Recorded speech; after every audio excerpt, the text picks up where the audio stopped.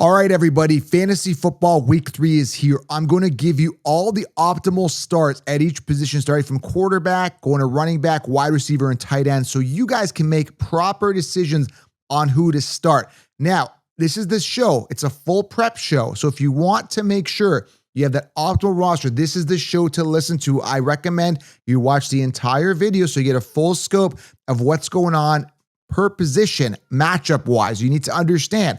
So if you're torn between this player and that player, and I say, hey, this player's got a great matchup and this player does not, maybe you want to lean towards starting the player with the better matchup, but you also got to look at other metrics, right? You got to look at volume, got to look at how many receptions they're primed to get, how many receptions they had last week or the week before. Are they on top of their depth chart? Are they getting volume?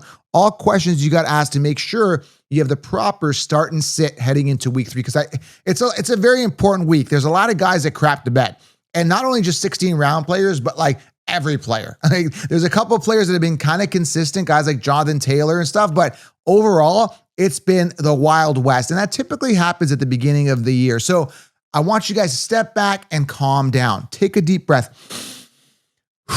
Take a deep breath, because I'm telling you, it's still early. So we're gonna fix this. We're gonna make sure everything is optimal going into this week. Now, if you are new to the channel, all I ask, guys, if you smash it, tap it, slap it, hit the thumbs up, okay?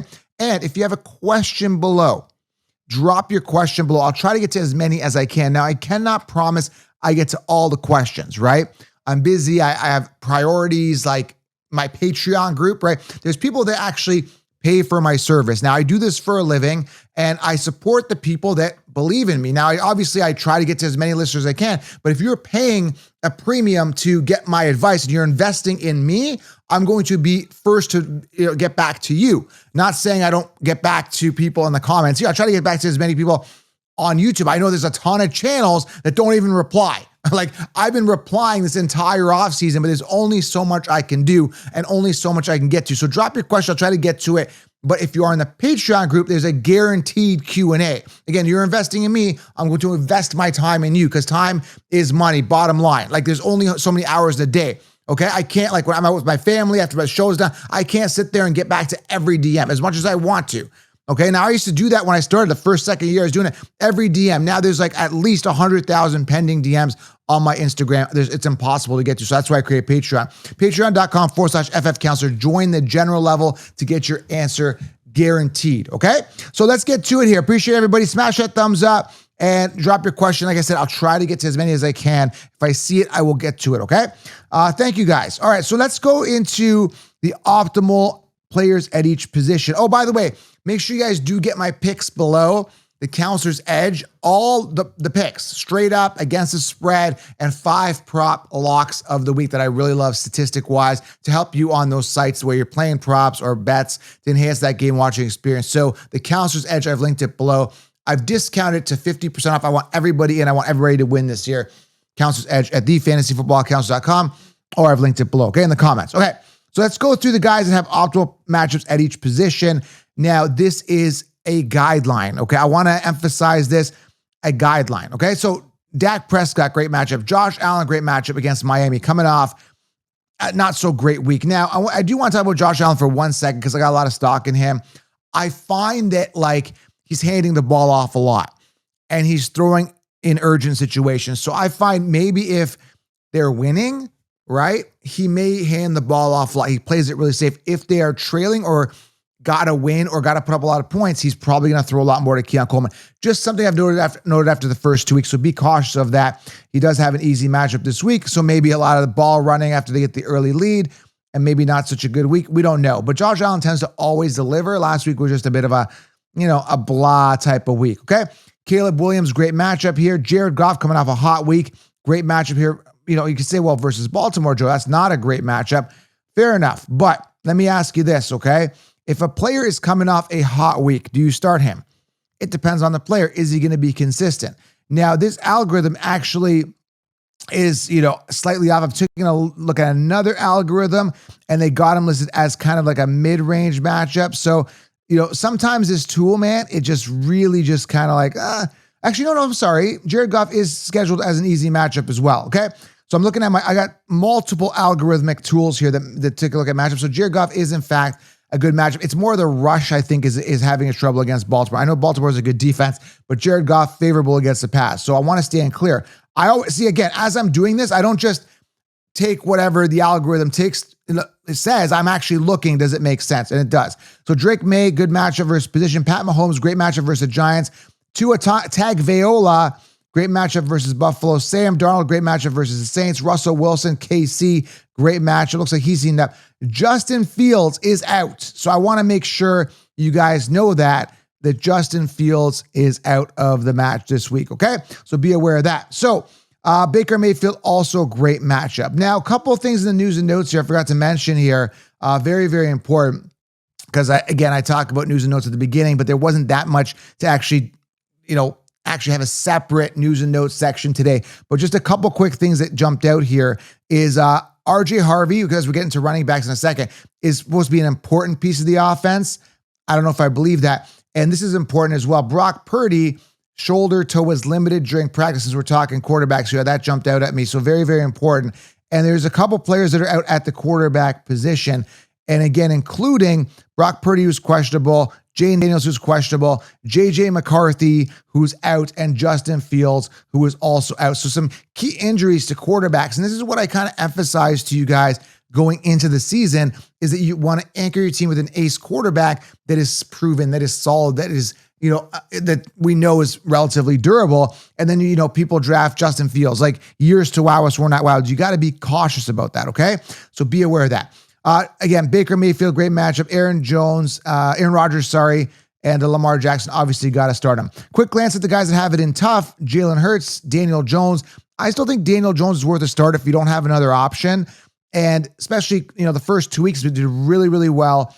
Daniel Jones, even though he's playing Tennessee, they play tougher versus the pass. I think he's pretty hot right now, man. Justin Herbert versus Denver, it is a tough matchup. Be aware of that. I know a lot of people are excited about Justin Herbert this year, coming off that amazing first week. Be cautious. I know a lot of you guys have Bo Nix. If you have a better option, start it. Bo Nix is playing the Chargers. They are a tough defense. Just be aware of that. So I think he's kind of in the groove now. I think he's going to do well. But Chargers, man, they are tough.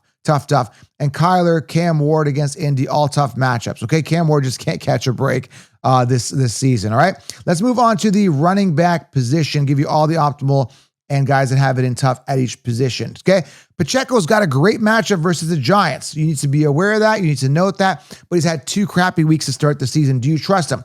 That is a decision you have to make. I've got no Pacheco stock, but if you invested a 5th round pick or wherever he was coming off in your draft, you might want to consider starting him. It is a good matchup. Finally, if this week he doesn't get it done, he has to be on the bench. So just need to note that.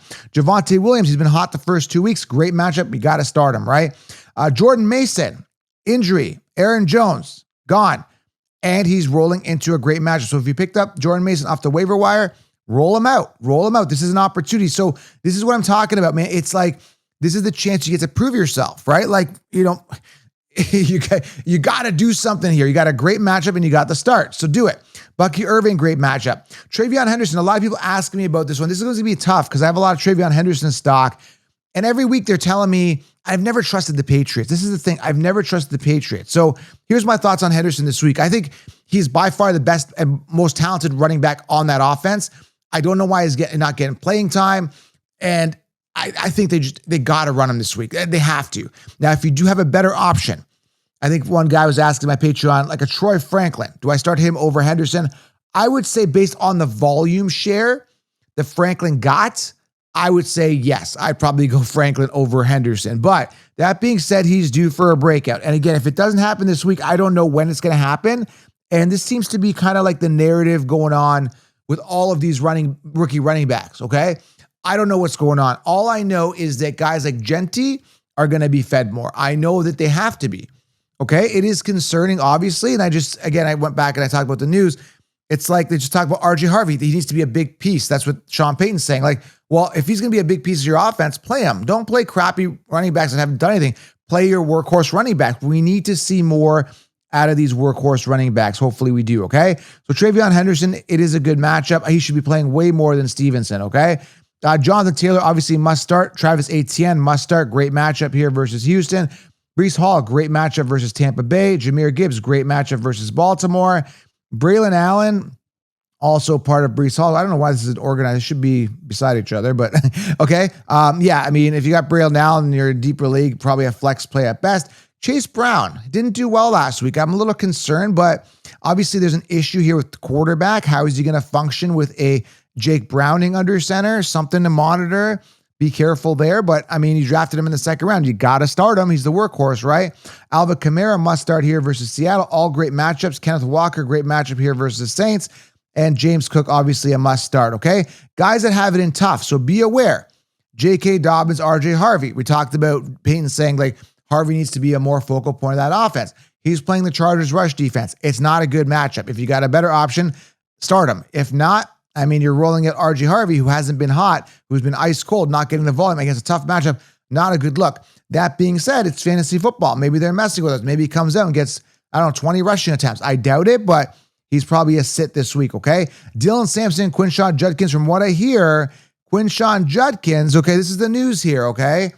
No pun intended here, but Quinshon Judkins beats, okay? Notice the keyword beat Dylan Sampson for the starting job. He beat him to the starting job is all I'm saying, okay? So no pun intended there. So anyway, Quinshon Judkins does have a tough matchup. So if he does get the starting job, does get the volume, how is he going to fare up against Green Bay's defense? I hope not well, because I'm probably starting Green Bay defense in one of my teams. Now, Ja'Cory Krosky-Merritt. Let's talk about Ja'Cory Krosky-Merritt. Finally gets a start. Now, he was hindered with Austin Eckler. I don't know why, but you got to start Ja'Cory Krosky-Merritt this week. He's starting, but it is a tough matchup. Be aware against Vegas's rush defense. They really neutralized the Chargers, game last week. So be careful. Crosby's he's a menace out there. So just be careful, okay, with Las Vegas and Ja'Cory. But I'm starting him. It's based on volume, but it will be no easy task for Ja'Cory Krosky-Merritt this week. Just be aware of that. Josh Jacobs, tough matchup versus position. I chose a designation for banged up. I think he's okay, though. Check that injury designation if you guys have him on your team. Saquon, I don't have any stock of Jacobs. I've not been following Josh Jacobs news too much, okay? Saquon Barkley, tough matchup, but you got to start him. Just be aware, guys. These guys have tough matchups. Genty, everyone talk about, should we start him? What's going on? Will he bounce back? He does have a tough matchup this week. 7th hardest versus position versus Washington. But again, we've had Pete Carroll come out. Pete Carroll saying, hey, we got to run this guy. And then we saw a video I posted. If you're not following my Insta, follow Insta. Genty said, hey, man, you don't draft me in round 1 to sit me. So he wants to eat. And that's something I really appreciate about Ashton Genty. That is what I like. Like, give me the ball. Like, he's coming out saying, give me the ball. Why isn't Omari Hampton saying that? Why isn't RJ Harvey saying that? Why isn't Travion Henderson saying that? They just sit down and take it? Like, no, you got to say, I want the ball, and demand that ball, and you get that ball, okay? So just to note here, Nick Chubb, tough matchup. James Conner, Trey Benson, tough matchup versus San Fran. Cam Scatterbo, who's been heating up, tough matchup versus KC. Kyron Williams, we got to take a look at the situation here, man, because Corum got that rushing touchdown. Will that continue? I don't think so, man. There's no way. Kyron was paid a significant amount of money, like $33 million over the next 3 years. You got to run Kyron Williams. So that's annoying. And Derrick Henry, a guy I said is going to fall off this year, possibly has been looking like he's going to fall off. Fumbled the past 2 weeks. Not a good look for Derrick Henry. Be aware of that, okay? So we always talk about these aging running backs. I tend to stay away from them. And look, nobody's safe. Like, these rookie running backs coming in, one of the highly touted top rookie running back classes of all time, and they're not feeding them the ball. Like, I don't know what to tell you. Like, you draft a running back in round 1 and you're starting Najee Harris over him, or you're putting Najee. Like, it doesn't make sense. Yes, Hampton fumbled, but it was a tough matchup, and it's like, it was a bad, I don't know what it was at the end of the game there, what happened with Hampton, but he's the better talented guy. RJ Harvey's better than Dobbins, right? We saw this with Gibbs, right? Like, he's better than Montgomery, yet they continue to work Montgomery. We saw this with Bajan in his rookie year. They continued to work him. Now we're seeing Jalen Warren getting more work than Caleb Johnson, who was a battle-tested workhorse. Now, in his case, he just hasn't proven himself. Like, the other guys are really good. Like, they've proven themselves in training camp and all that with Hampton and Genty and all those guys. Run them, right? I mean, you had Harvey in his week 1. You gave him the ball once or twice. He ran the ball, had a big breakout run. Dobbins can't do that as well. So run your better players. Run Genty, guys. It's just really, really frustrating, okay? Let's go to wide receiver here. Great matchups here. CeeDee Lamb, great matchup. DJ Moore, great matchup. Marquise Brown, Tyquan Thornton. I know a lot of people drafted Thornton from KC, or not drafted, picked him up off waiver wire. It's a good matchup this week versus the Giants. Debo Samuel, great matchup here. You can see, Noah Brown. I don't know about Noah Brown here, but I would go probably McLaurin. If you got him, you got to start McLaurin. And who else we got here? Roman Wilson, Pittsburgh. Metcalf just not that exciting, but he does have a good matchup this week. Josh Downs, Alec Pierce, all those guys have a great matchup. Better DFS plays, I would think, or best ball, I would say. Zay Flowers, great matchup, him and Hopkins. Hopkins getting the touchdown, I think it was last week or so. I would consider starting Flowers. I don't know if Hopkins is going to stay consistent, but they do have a good matchup versus position. Who else we got here? Nico Collins heating up. You got to start him. Great matchup. And in regards to the wide receivers here with Green Bay, they do have a good matchup versus Cleveland. But the question is, who do you start? I don't trust any of these guys. Obviously, the tight end, we'll get to the second. You got to start Kraft, but all these guys are a bit of a crapshoot. Malik Neighbors, great matchup versus KC, a must start, obviously, as you can see. And Travis Hunter, do we trust him and Brian Thomas Jr.? They do have a good matchup. Is Brian Thomas Jr. going to step up? I mean, if you're not reaching for balls and not looking like you're trying, that is a bit of concern. Makes me wonder if there's any type of animosity or disgruntledness or whatever you want to call it with the addition of Travis Hunter in the high draft capital when he's like, I'm the one. Why would you bring in Hunter? I don't know what's going on behind closed doors there. And Mika and Mike Evans to start. Now, there's talk and optimism that Godwin's coming back week 4. Hopefully he doesn't come back because I like Emeka. I don't need him stealing volume from my wide receiver 1 on that team, okay? Tough matchups. Rashid Shaheed, Chris Olave versus Seattle, tough matchups. Ladd McConkey, already, I think he missed practice on Wednesday. He's banged up. Let me take a look at that injury real quickly here. And I've mentioned to you multiple times, like 100 times, don't be a donkey and draft McConkey. He's been wide receiver 3 on that team. He's dealing with a biceps injury and did not participate on Wednesday. Just note that. And he's struggling because the other guys are getting the goal line and not goal line, but the red zone look. So Quentin Johnston's been the 1 right now. Keenan Allen's been the 2 and McConkey's been the 3. Okay, just note that. And I thought Harris would have been the 1. Had Keenan Allen not been there, they'd be lined up in 3 wide receiver sets, and Trey Harris would have been getting what Keenan Allen's getting right now. And that's how it should have been. Keenan Allen should have never been on this team. So it is what it is. I can't control what the team does. Jamar Chase, tough matchup, but you got to start him. T. Higgins, tough matchup. I mean, you drafted a 3rd round pick and wasted on T. Higgins. You got to start him as well. But do we trust Jake Browning? This is where the tire meets the road. We'll see if Browning can carry these guys. Drake London, a must start, but tough matchup. 4th hardest versus position against, the pass defense of Carolina. Sutton, now another situation. This is very interesting here. They do have a tough matchup due to the Broncos wide receivers. It's going to be very interesting. The way we saw Franklin play last week, you got to start him regardless, just based on sheer volume. If you picked him up off waiver, you got to start him. But he is playing Chargers pass defense. It's not going to be an easy task. And Sutton, I mean, he didn't get any work last week. It is a scary, scary situation if you're a Sutton owner. I mean, I got him in 1 league. It's not nice. I mean, they pay him $30 million. I don't know what they paid him. Go back and look, but it makes no sense to me, man. I get another distribution of wide receiver share. No true wide receiver 1 emerging here, similar to the Chargers. I mean, this is what the teams are doing to mess with our fantasy teams. Garrett Wilson, 6th hardest versus position. AJ Brown, okay? A lot of people ask about AJ Brown. He sucks. I talked about a Super Bowl hangover, and he's had 2 sucky weeks. Now he goes in against the Rams pass defense, which is 7th hardest versus position for him. Good luck, buddy. Another wide receiver by committee situation, Myers, Tucker, Thornton, Bowers. 8th hardest matchup versus position against Washington, our Vegas receivers. Be cautious there. And then Puka and Adams, more wide receiver committee. Who's the 1 here? I mean, you got to start Puka. Drafted him in round 1, but 9th, he's got a tough matchup versus position, okay? Tillman as well from Cleveland, tough matchup. So now you get an idea, who's got it in tough. So if you're torn between, do I start Ladd McConkey? I drafted him in the 2nd round. Maybe you should. Or do I draft a Marquise Brown, right? A better value guy. You might want to lean Marquise Brown, right? Just based on matchup. Again, this is up to you guys to make the decision. I'm just giving you an example, right? So you saw all the guys that are optimal. You saw the guys that have tough. Make an executive decision, okay? Let's move on to the tight end position here. With tight end, start your best tight end. Simple, but here are the matchups. Pitts, great matchup. Laporta, great matchup. Brock Bowers, great matchup, coming off that sprained knee. Njoku and Fannin. Harold Fannin, the rookie, been doing pretty well. Okay, great matchup. Just be aware of that. Kelsey, he's been crapping the bed a little bit, but great matchup versus the Giants. Be aware of it, okay? Who else we got here? Jake Tonks. Maybe you want to start him with Kittle out, right? Playing Arizona. Great matchup versus position. Evan Ingram hasn't really done anything outstanding. Great matchup versus position. Dalton Kincaid. Great matchup versus position. Pat Fryermuth, mid-range matchup. Tougher matchup. Jatavian Sanders. I think he's coming off a hot week. Playing Atlanta, tough matchup versus position. But if you got him and you want 10 points, I think Sanders can deliver. I don't know if I trust Bryce Young. Bretton Strange, tough matchup. Colson Loveland. I told you, go for Warren over Loveland. There's just way too much target distribution there in Chicago. Fourth hardest versus position. Note that. Noah Fant, he's been pretty solid the past couple weeks. Fifth hardest matchup versus position. Note that, right? Who else is there worth mentioning? Zach Ertz coming off a hot week, right? Eighth hardest matchup versus position. Okay, a couple other guys, as you can see here. Tucker Kraft, mid-range matchup coming off that hot week, okay?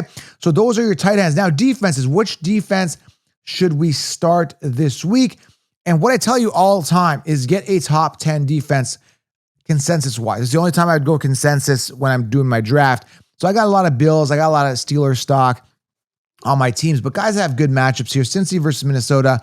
Buffalo versus Miami. I'm going to be firing up my Buffalo team. I got them on a lot of teams. We got the Patriots. If you want to stream a defense versus Pittsburgh, they haven't been the greatest. Falcons versus Carolina. Colts versus Tennessee. Packers versus Cleveland. I definitely have Packers on a couple teams. I'm going to start them. Commanders versus Vegas. Steelers versus New England. And Jacksonville versus Houston. Okay, Cowboys, Chicago could be a consideration as well. But as you can see, I really do like the Bills. I do like the Packers this week. Great matchups, favorable, all right? If you filter tougher matchups, obviously you can see Dolphins versus Buffalo, not a good matchup. Lions versus Baltimore, not a good matchup. Tennessee versus Indy, not a good matchup. So it all lines up, makes sense. The algorithm is figuring itself out based on this year's stats. So that's all I have for you. I know it's a lot to cover, but that's what I got. So if you have any start statistics questions, drop them below. If you want guaranteed answers, join the Patreon group. If you want all my picks, join the Counselor's Edge. Linked it all below. Fantasy football week 3 is here. My last piece of advice is make sure you start the target and volume getters. If a player is not doing anything, unless he breaks out, you might as well keep him on your bench. You don't want to have players that aren't getting the volume on your team. That being said, a guy like Travion Henderson could break out this week. I mean, this is what I'm talking about. Like, it's a favorable matchup, but the volume is low. That's a perfect scenario of what do you do? And it comes down to, do you have a better option? And it's that simple. Do you have someone on your bench, maybe a Troy Franklin or someone like that? I'm giving you an example that you picked up off waiver wire or is on your bench is just doing better. If you do, you start them over them. That's it, right? You slide your best 2 running backs, top performing running backs, or the top drafted running backs you drafted with highest draft capital. You start them. And then in this flex, you just don't flex Harvey or you don't flex Henderson and you start a guy that's a better option. It's that simple. You work with that. Or you spark a trade, right? You spark a trade on a guy you want, but don't give up too much. Don't sell players, when they're low, right? They had a down week, maybe sell them, wait a week till they get higher. And then you want to trade them if you don't feel comfortable with them, right? So Fantasy Football Week 3, drop your questions below, hit the thumbs up on your way out, and have yourself a great day. Let's get it. Line up.